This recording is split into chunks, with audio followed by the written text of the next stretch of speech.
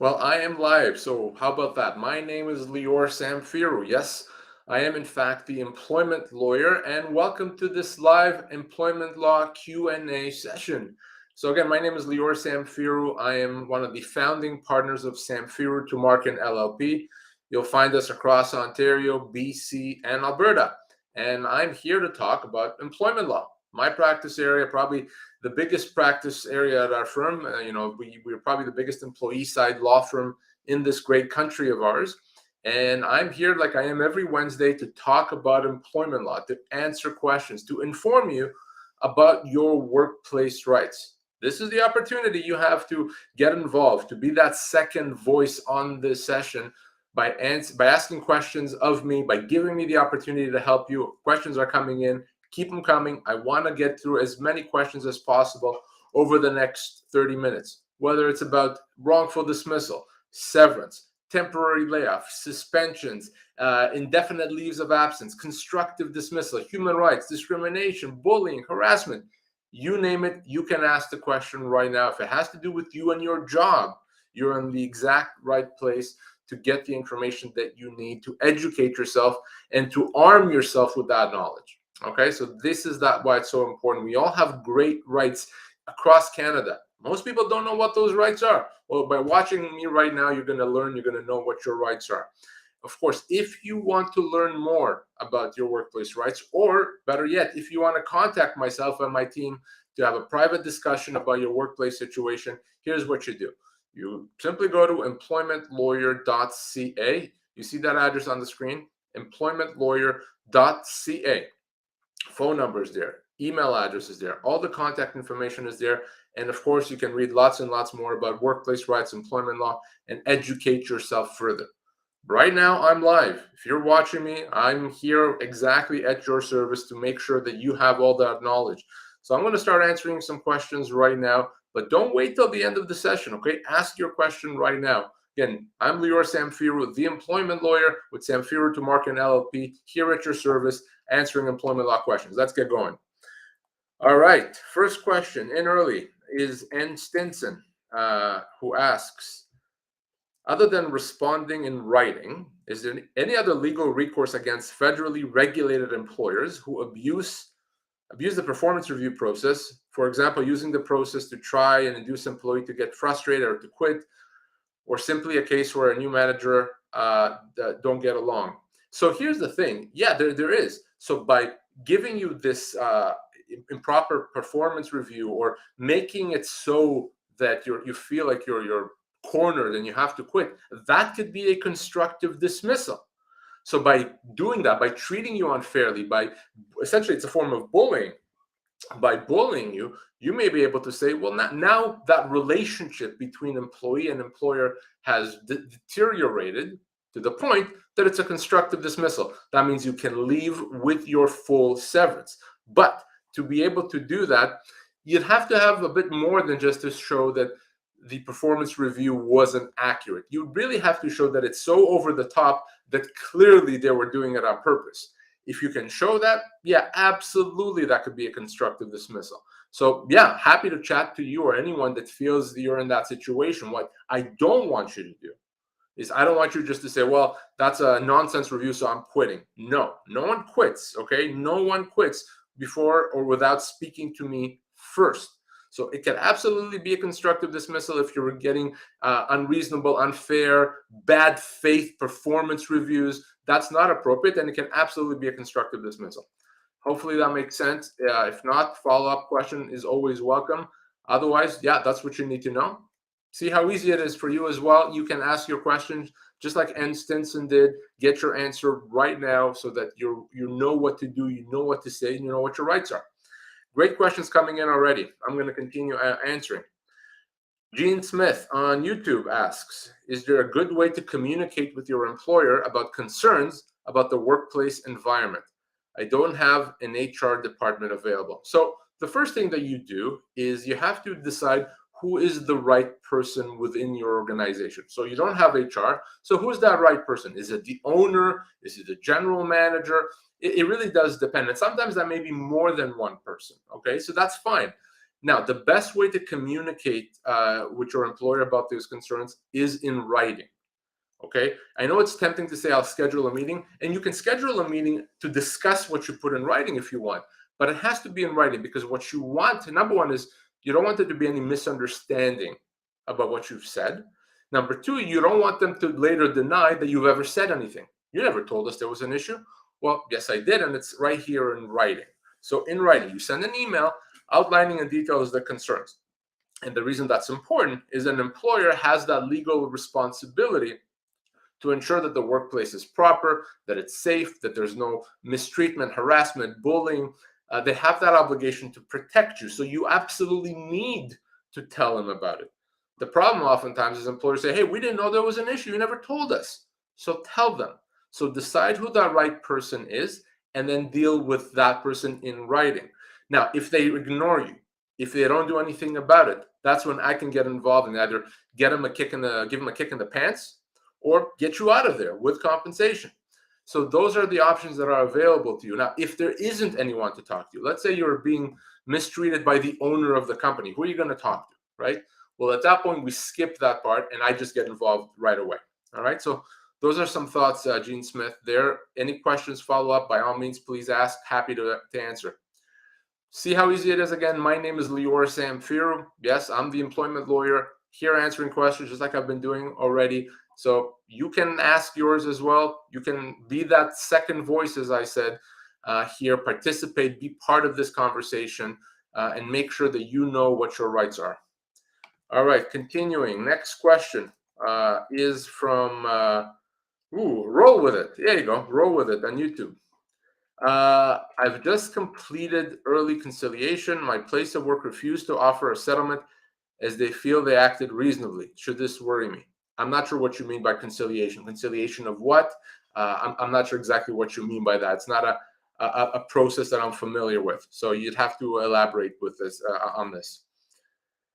Okay, next question from AA. I have to sign a change in employer by Friday this week. Our IT company was acquired earlier in the year, and I contacted your office to be told that I cannot have a consultation for a couple of weeks. You're told that your role will dissolve. So here's the thing. I cannot advise you without seeing the document. You should not sign anything without me seeing it. All right. So if you want to reach out to me, send me a copy of it by email even today. You can get my email address at employmentlawyer.ca. Just go to the website. Let me see that. And I can tell you whether you should be concerned about it. But I'm almost guaranteed to tell you that that document is a problem.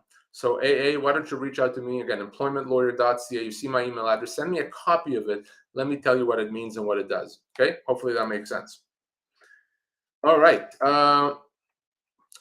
Debbie on YouTube. Does my vacation time continue to accrue while on short-term disability? If so, would it be paid time off, as I accrue 1.5 days per month paid vacation time versus 6%? So no, so your vacation doesn't accrue because of vacation is a function of working. It's a percentage of your income. So if you don't have any income, I know you're getting paid by an insurance company, then there's no vacation that's accrued. Okay, so if you're 2 years, let's say on a disability leave, you're not accruing 8 weeks or whatever it is vacation during that time. So it does not accrue while you're off work, while you're not providing services to your employer. Okay, makes sense? That said, what I want you to remember is, let's say you were getting four weeks vacation a year. When you come back, they can't bump you down to 2 weeks. Okay, they have to continue where you were and bring you back on the same terms that you had: salary, vacation, bonus, etc. Those have to be the same. Okay, otherwise we may be looking at a constructive dismissal. Okay, next question. Great questions. You see, guys, how easy it is? Lots of questions coming in today. So I already can tell what's going to happen. There's going to be questions coming at the end that I won't get into, or I won't get a chance to get into. So don't wait till the end. You have plenty of time right now to ask your question. So ask your question right now. Again, I'm Lior Samfiru, the employment lawyer with Samfiru, Tumarkin, LLP, answering your questions. And I want to have the opportunity to speak to you as well. Helen 2006 on YouTube asks, how much is the maximum compensation if I can if I can prove the dismissal was in bad faith. Is it 2 years at 18 months for a provincial crown employee? Thanks a lot. So if you were let go, the maximum severance that anyone can get is 24 months. Now, if beyond that, you can show that apart from being let go, you were let go in bad faith, you could be owed additional damages. It's hard to say what that would be without knowing the facts. That aspect could be anywhere from $5,000 to $50,000 extra, depending on how bad the conduct was. But that's in addition to your severance. So your severance, whether you're let go in good faith or bad faith, could be as much as 2 years' pay. So this is a good opportunity to tell Helen and everyone else, here's how you find out how much compensation, how much severance you get if you are let go. Our regular listeners here know this, but I want to mention it to you as well. All you do is you use our severance calculator. You'll find that at pocketemploymentlawyer.ca. Again, pocketemploymentlawyer.ca. You see that address below me. When you go to pocketemploymentlawyer.ca, you'll find our severance calculator tool. You click on it, you answer a few questions. It's going to ask you how old you are, the type of job that you have, and the length of your employment. You answer that, and it's going to tell you whether you're owed 6 months, 24 months, 18 months, whatever the right amount is. Of course, very important to remember, it's free, it's anonymous. You don't put any names, you don't put in your phone number. It's just there for your information. pocketemploymentlawyer.ca. You'll be surprised by just how much you're owed. It's a lot more than you realize. It's a lot more than a week per year of service or 2 weeks per year of service. So again, check out our severance calculator, pocketemploymentlawyer.ca. Even if you haven't lost your job, maybe you're just curious, or maybe your friends and family, someone there lost your job. You tell them to grab their smartphone immediately and go to pocketemploymentlawyer.ca. Okay. Next question. Let's see. And this is Oikram on YouTube. I was forced out of my job for several times, having to complain about wrong pay. I was forced wrong pay, like vacation pay, 4% instead of 6%. I was laid off without any pay and even left over vacation hours. So here's the thing. You can't legally be let go because you're asking questions about your legal rights. That's something we call a reprisal. Okay? So essentially, you cannot legally be punished for saying, well, I'm owed vacation pay or overtime or whatever it is. You can't. That's illegal. You potentially can be owed additional damages, potentially even reinstatement with back pay. So that's illegal. So what you need to do here, Oikram, is you need to contact me as soon as possible, okay? You do that through employmentlawyer.ca. I want us to have a chat.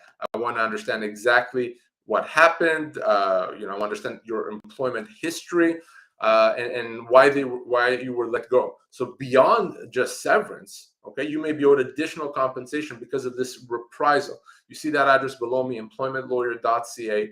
Oikram, that's where you go to be able to send me an email or give me a call. It's all right there. All right. Some of the best questions today, guys. So I really appreciate you guys spending the time with me today and asking those questions. All right, let's continue. Ann Stinson, I think, has some follow-up. Any legal protection available for employees who disagree with updated employer security screening policies? Employer changed policy a few years ago and is now demanding new things like fingerprints from existing employees as they come up for security renewal. Employee agreement says employee would be terminated for cause if security status not maintained. So it's a question ultimately of what's reasonable. And, generally speaking, if they want you one time to do fingerprint identification, it's probably something they can get away with. If it's something they need you to do all the time, then no. Generally speaking, unless there's a good reason as to why the employee doesn't want to do that, can't do that, there's a medical issue, there's other religious issue, then an employer generally can do that because the law says, well, you may not like it, but it doesn't impact you that much. Now, if there was a religious reason why you can't go through the screening, very different, they have to accommodate. But unless they're being crazy, you have to do your fingerprints all the time, etc., that's over the top. That could be a constructive dismissal as well. But if it's one of those things every once in a while, or one time you have to do it. Generally speaking, the law is not going to intervene. The law is going to stay away from that. So the employer generally will be able to do that. So something I want you to keep in mind, but again, depending on your specific situation, what they're doing could be over the top. So definitely call me if you have any questions, or email me, again, employmentlawyer.ca. All right, let's see. Question from Gwen. Is an employer allowed to not pay you for your training period? I have to complete 2 weeks of training, but I'm being told that there will be no pay for this period. No, they cannot do that. If it's something you're required to do, your employer has to pay for it. There's no such thing as requiring you to do something for free. That if your employer says, we need you to do this, you have no option not to do it, they have to pay for it. Okay, so no, that's not legal. If your employer is doing that, that's one of those things. You can go to the Ministry of Labor and they'll order your employer to pay. So no, there's no such thing as free mandatory training. If the employer says, you don't have to come here if you don't want to, but if you want to, this training is available to you, then that's okay, because it's your decision. But if it's mandatory, then no, you have to get paid at a minimum. You have to get paid your minimum wage, okay, at a minimum. For that period of time. And again, if your employer won't do that, a good place to go for that issue is the Ministry of Labor. You cannot go to the government if you lost your job. You cannot go to the government if it's a constructive dismissal situation. You cannot go to the government if it's a workplace harassment situation. But if it's something about dealing with unpaid wages, unpaid vacation pay, unpaid overtime, then for that, yeah, absolutely, you can go to the government. Whether it's the Ministry of Labor in Ontario or Employment Standards branch out west, that's what you can do. So very good question, Gwen, and now you know what to do. So Oikrems, you say that your employer won't say that they let you go because you asked about your legal rights, but the tension then led to it. Well, you need to call me as soon as possible, okay? I forbid you not to call me, okay? We need to discuss this. It's going to be a very serious matter. So you want to reach out to me, again, employmentlawyer.ca. You see that below me, or Krem. Connect with me, my team. It's all there for you. Happy to chat, and we'll make sure that you get everything that the law allows you to get. All right. Justin has our next question on YouTube. I've been told that I'm not owed any severance because I work in construction. Is that true? No, it's not true. And I'm laughing because that's one of the biggest mistakes that employers make, one of the biggest misconceptions out there. I see all the time. Yes, of course you get your severance. You get your full severance, which could be as much as 2 years pay, 24 months pay. Your severance is based on on a few factors. The main factors are your age, your position, and the length of your employment. Does not matter what kind of industry the company you work for is in, whether it's construction or any other industry. Yes, of course, you get your full severance. So if you've been let go, Justin, you're owed severance. Even if, by the way, if you worked there for a short period of time, you could still be owed several months severance, not weeks, months. And of course, if you've been there for a while, Justin, that you could be owed, again, as much as 2 years pay. So again, I forbid you not to contact me.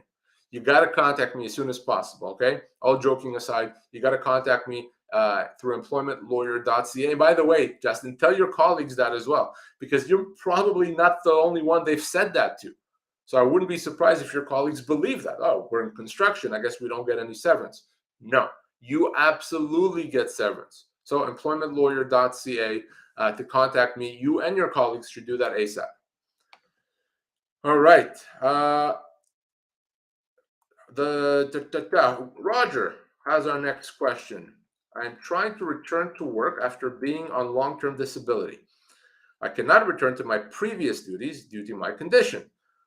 Who should I contact about needing accommodation? Will I need to provide my doctor's medical clearance? So first of all, here's what you need to get accommodation. You need your doctor to say that you can come back to work and outline what your limitations are. So to the extent that the accommodation that you need is less hours or a less physical job, whatever that is, your doctor has to say it. It's not enough for you to say it. You need a note from your doctor to outline what your limitations are. Once you have that note from your doctor, okay, approach the right person in your workplace. If it's HR, go to HR. If generally it's good enough to go to the manager, your manager, and they can then take it up the food chain to whoever they need to, okay? And so you need to provide that to them. And you can give them a little bit of time, maybe a week or two, to figure out the accommodation. If after that they won't bring you back, or they say, no, we have nothing for you, well, not so fast. They may be in a breach of human rights laws. An employer has to accommodate if at all possible. And too many times I've seen employers say, nah, we don't really want to, or that's just too tough, we're not going to do it. No. Even if it's tough, they have to do it. Even if it's uncomfortable, even if it's something they haven't done before, they still have to provide that accommodation. And an employer that doesn't do that is a breach of human rights laws, and that's a big deal. So what I want you to do, Roger, get that doctor's note, speak to your manager, and if they don't bring you back to the job that is appropriate given your limitations, you call me, okay? See how fast things change and move once I reach out to them, all right? So to connect with me, you know the address. It's right there below, employmentlawyer.ca.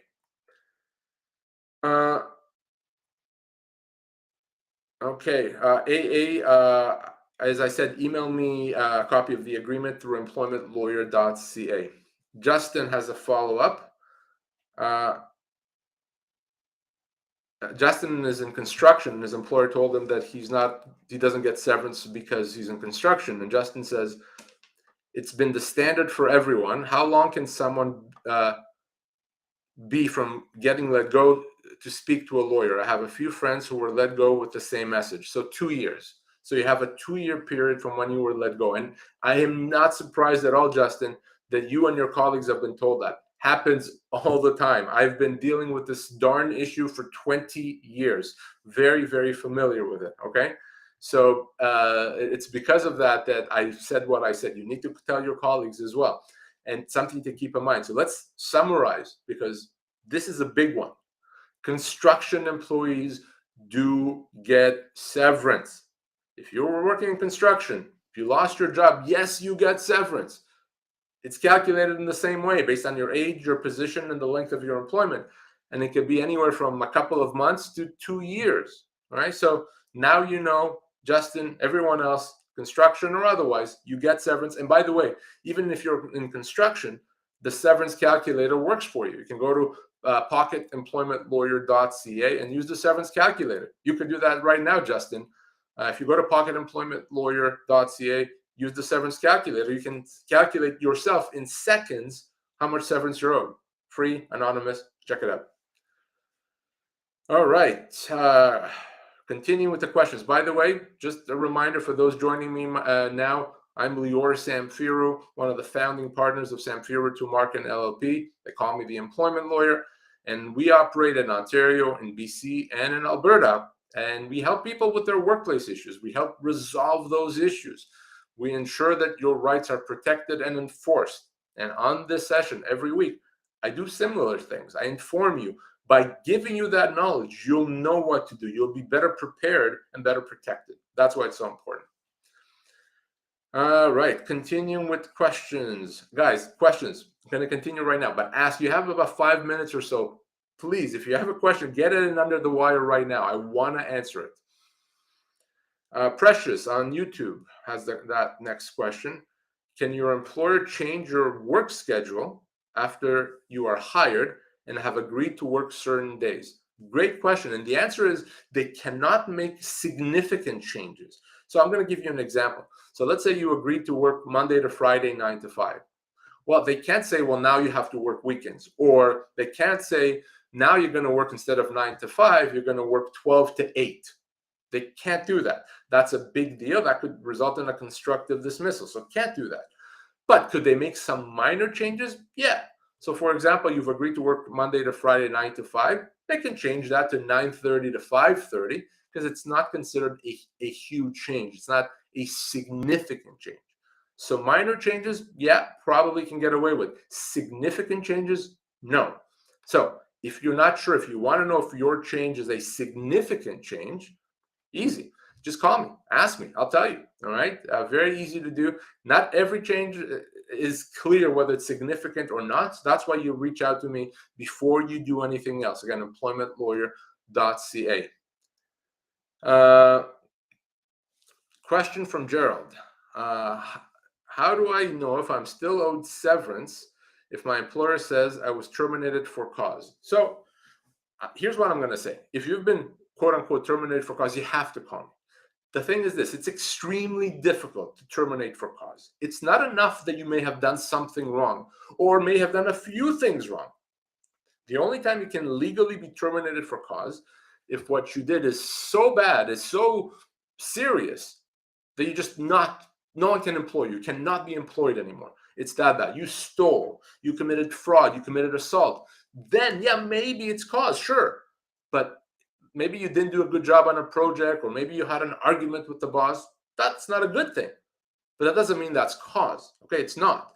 It's very, very difficult to terminate employment for cause. And in 90% of cases that come through my door that someone is supposedly terminated for cause, it's really not cause. So what do you do, Gerald? You call me as soon as possible. I wouldn't wait, not after the holidays. Do that as soon as possible. To get that contact information is employmentlawyer.ca. Again, employmentlawyer.ca. Tanya says, how long does it take to receive a service award for OWCP? I don't know what that is. Sorry. I never heard of that. So I can't answer that. I think I'm caught up here on questions, guys. So let me remind you a bit. Well, one last question came in. So let me answer that from Michaela. What can you do if you are dealing with an abusive manager? Apparently, others have tried to complain to HR, but it hasn't ended well for them. So what you do is, you do complain to HR, but you do it in writing. Okay, don't just say verbally. If HR won't do anything about it, that could be an employment standards violation, occupational health and safety violation. That could be constructive dismissal. It could even be a human rights violation. So if they don't do anything about it, there's significant legal recourse. But what you want to avoid is a situation where they deny knowing about it, that they deny you even saying anything to them, which is why you put it in writing. You cannot legally be punished for doing that. If they even try, there's going to be hell to pay, and I'm going to make sure that they have to pay that. All right? So don't be afraid. You're protected. The law is on your side. So don't hesitate to complain about harassment. Don't hesitate to complain about a bully in the workplace, but do it in writing. It protects you. It gives you that power if it's in writing. All right? And if something is not done, you know what to do. I'll help you. All right. So I think I'm caught up here. I want to mention again, pocketemploymentlawyer.ca. So I told you about the severance calculator, which is one of the tools that we have at pocketemploymentlawyer.ca. But there's other tools there. If you want to know if you've been constructively dismissed, we have a tool for that. If you want to know if your matter is considered workplace harassment, we have a tool for that. If you want to know if your employer has cause to let you go, we have a tool for that. All right, so it's all there. It's like having your own lawyer with you at all the time. So because of that, okay, good. So because of that, that's the first place you go to if you have a workplace issue: constructive dismissal, cause, harassment, discrimination, severance, wrongful dismissal. It's like having your own lawyer. Pocketemploymentlawyer.ca. Guys, tomorrow my colleague Alex Lucifero will be back here at noon Eastern time to talk about employment law and disability law. Stay tuned for that. Guys, this has always been a pleasure. I will be back here, of course, but don't wait to contact me until the next time you see me on this platform. Reach out to me in the office, okay? You can do that through employmentlawyer.ca. Again, employmentlawyer.ca. I'm Lior Samfiru, one of the founding partners of Samfiru Tumarkin LLP. Great always to be here with you. Great to answer those questions. Thank you for your time and attention today. We'll talk to you soon. Take care.